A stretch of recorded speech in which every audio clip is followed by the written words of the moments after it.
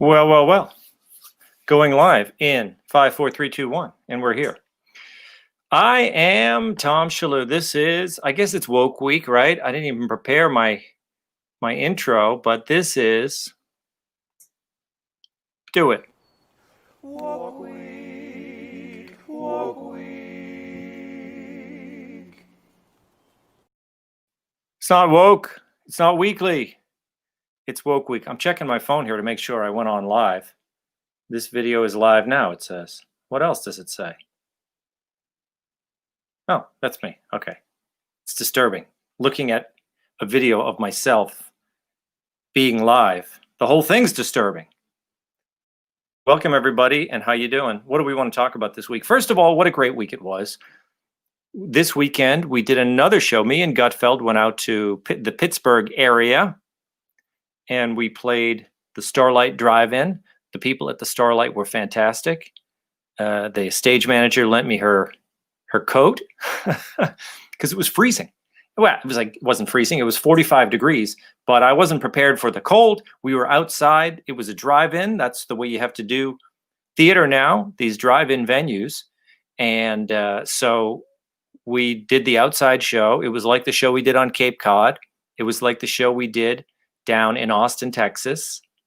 And so, we're out there doing live shows. I posted a little video on tom.locals.com to show you that we are out there living our lives, returning to normal. Not the new normal, but, well, I guess, sadly, the real normal would be playing theaters. The theater should be open. People should be in the seats. Everyone should be out there living their life. But that's not happening. I want you to go to tom.locals.com if you haven't done it already, because it's a little club we have there. I call it the Tom Tom Club. People join it. It's better than any other place.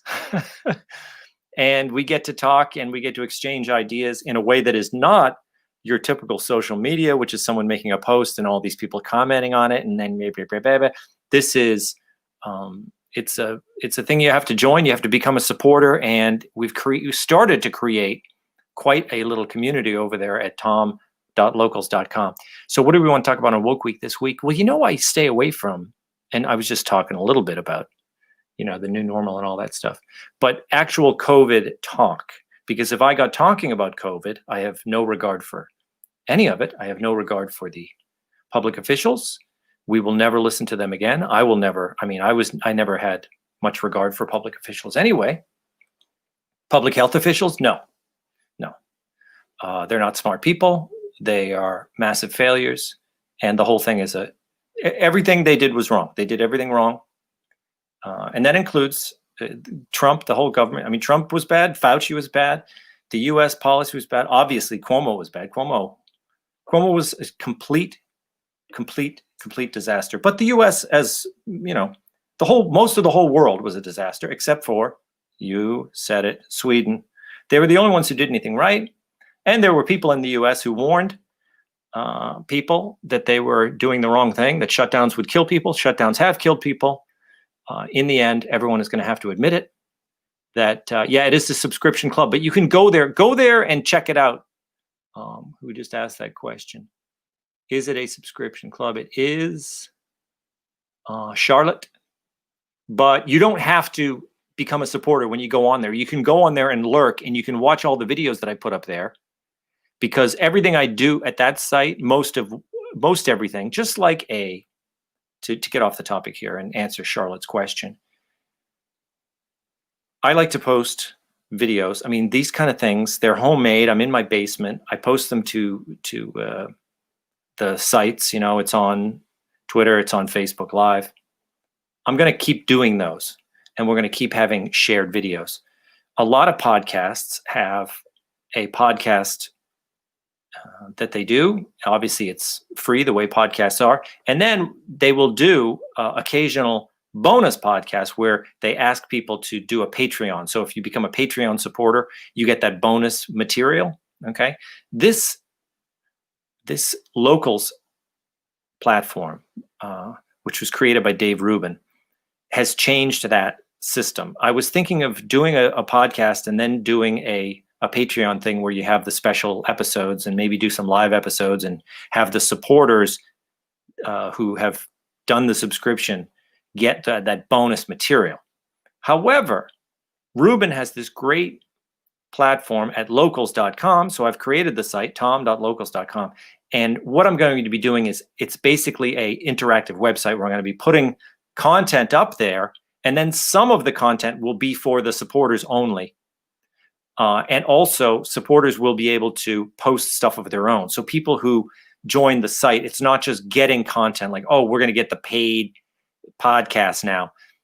People who become supporters on that site will be able to post their own stuff. So I have people on my site posting their own things, and then we can talk about this. Sometimes people will post a video and say, look at this video, and then I'll say, oh, why don't I do a podcast on that? So it's going to be we're creating a community over there. I think it's better than the Patreon model, and I set the price as low as possible. So the entry level is $5. I figured like maybe $1, a little over $1 a week will be certainly worth it. I'm sure I can generate 20 cents a day of excellence on the site that will make it worthwhile. But if you are just opposed to doing that kind of thing, go over there anyway. You can join it and you can see what's going on over there. You can see what everyone's posting and see if down the road, 6 months later, you might want to be, hey, you know what? I want to talk to Tom. I want to send him a message. I want to do this. So I'm going to join and become a supporter. So anyway, that's my commercial for that site. But as I was saying, I can't do TV hits about COVID because I have no regard for any of these people. I have no regard for any of them. Okay. And I've said this before in these videos, and that's about all I'm going to say about it for now. But in the end, everyone's going to have to realize that we made a big national mistake, and it had devastating effects, and shutdowns kill, destroy, and from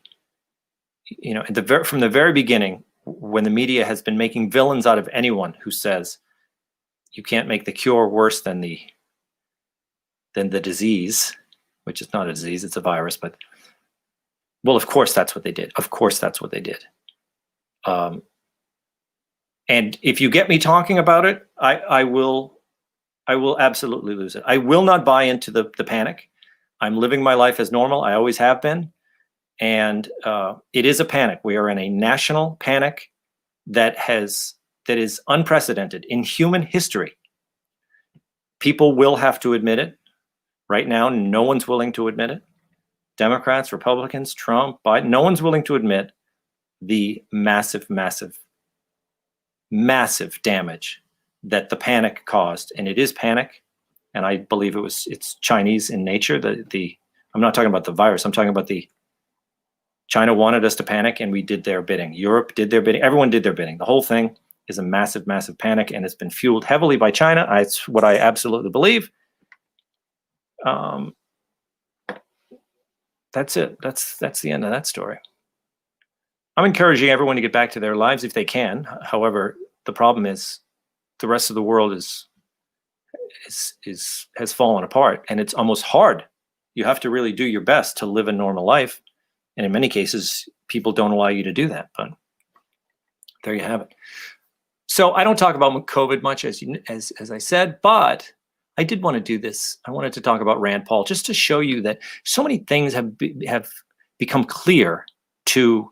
I was kind of clear on these things, say, last year, but this year, with all of the things that happened this year, especially with the treatment of the virus and the mass hysteria, the things that became very clear to a lot of people was how almost everything in the news is false. You're getting false information. They almost always are wrong. In a way, it used to be they would skewer the news in a way. It would be like, oh, this news has has a bias to it. It is no longer the case. It's actually almost everything, almost the front page of every newspaper, almost the A block of every news show that you see in the mainstream news is an intentionally false story. And so I wanted to highlight this Rand Paul thing because it's just a perfect example. Rand Paul the other day was giving an interview and he said that he wished he owned a restaurant because he would have as staff people who had already had COVID and now are immune to it and have antibodies. And that would be great. Be a great way to have especially vulnerable people come to your restaurant. You know, they could come and you could say, all my entire staff has had COVID, recovered from it, and now they have antibodies, so no one has to worry. So we can have a great restaurant here, and no matter how vulnerable you are, you can be happy at my restaurant. So he said that. He didn't say it like I just said it there, but he said that. Okay, so I want you to look here at the headlines. How do I do this? You know, always coming to share the screen. Let's go to my Chrome tab. Right there, Rand Paul. And then I don't need to share the audio for that. So there's Rand Paul. Hopefully you're seeing my screen now. You are. Yes, you are. Okay, look, Rand Paul. Look at the headlines. Okay, that's a new headline. Rand Paul rips left-wing media for focusing on COVID cases. Mortality rates are plummeting. That's another true statement that he just said. But here's the issue. So he said the thing about the restaurant. Look at the headlines. Rand Paul says restaurants should hire people who've had COVID-19, disputing science. So that's a headline from the Lexington Herald. First of all, he said he would hire people who had recovered from COVID-19, who had antibodies and were now immune. So that would be a great way to guarantee people's at least safety from the staff. Maybe not on the way to the restaurant or, you know, but his staff would be COVID-free. That would be a great thing. So here it says disputing science. It's not disputing science. The Lexington Herald is disputing science by saying that that isn't true. That is in fact true. And then, of course, in the article, they go on to say, there's no indication that people are immune. Yes, there is indication. There's more than indication. They are immune. Okay, they are. They are immune. Rand Paul is immune. He's already had COVID. People who have had COVID are not going to get it again. Can't get it again, Rand Paul says. Service industry should hire COVID survivors. This is the newspaper articles, a lot of them call them COVID survivors in their headlines. How about this one? Rand Paul, recovered COVID-19 patients should serve seniors at restaurants. As if that's a weird thing. There's nothing weird, controversial, or anything about it. It's kind of interesting because Rand Paul is one of the only interesting people in government. And I guess it's interesting that he said it. Maybe another politician would say, well, might as well not say that because they're just going to write a dumb headline about it. But in fact, there's nothing weird, radical, crazy, or anti-science about Rand Paul saying, wouldn't it be great to have an entire staff of people working at your restaurant who had already had COVID and now can serve you safely? Well, all the articles go on to say, there's no indication that that is safe. Yes, there is. There's, again, that is what is fake about these news stories. That is what is false.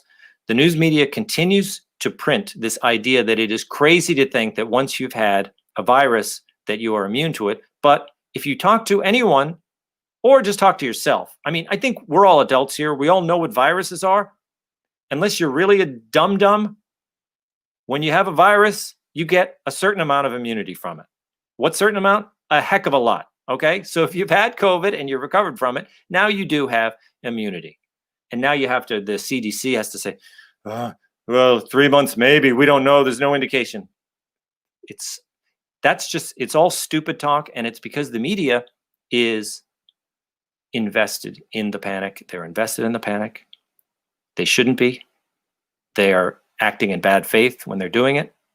And not only are they invested in the panic, they're invested in trying to embarrass people who have a rational point of view like Rand Paul. Can't get it again, Rand Paul says service industry should hire COVID survivors. Again, with the survivors. Fauci finally loses his patience with Rand Paul. Oh, Fauci. Fauci is a national embarrassment and a joke and not a bright guy. Okay. He knows a lot about his, when you get down on the molecular level, I've actually seen entire presentations by Fauci. And when he talks about the disease itself, like I said, on the cellular level, or when he's talking petri dish science, obviously he knows what he's talking about. But then when he starts to talk public policy, and he starts to say, this is what we're going to do. We're going to do this. And you know what we have? Sometimes when you have and he starts talking and you realize, oh, this guy's not that smart. Like, he knows a lot about diseases, but you've probably known people before who are good at science or very good at math. But then when you talk to them about something, you're like, wow, they lack a great deal of wisdom. And that's Fauci. Plus, he's a jerk and he's a liar and he's acting in bad faith. And I think he really wants no one to get better, and he wants this not to go away until he can get his precious vaccine, and then he can be the hero of the world with his stupid vaccine. Fauci's the worst, the absolute worst, and he is going to have to admit that he was wrong. See how I don't like to talk about COVID? I never shut up about it, right? Guys, Rand Paul's the greatest guy in the world, and he's one of the only politicians in the country who handled this thing well. Kristi Noem is the other. And then there's two others. The guy from Georgia, whose name I'll think of in a second, but I love that guy. He's really the best governor of all. And then you got DeSantis, who's pretty good, but it took him a little while to get good. But the Georgia guy, he's the best. And Kristi Noem, obviously, she's awesome as well. Well.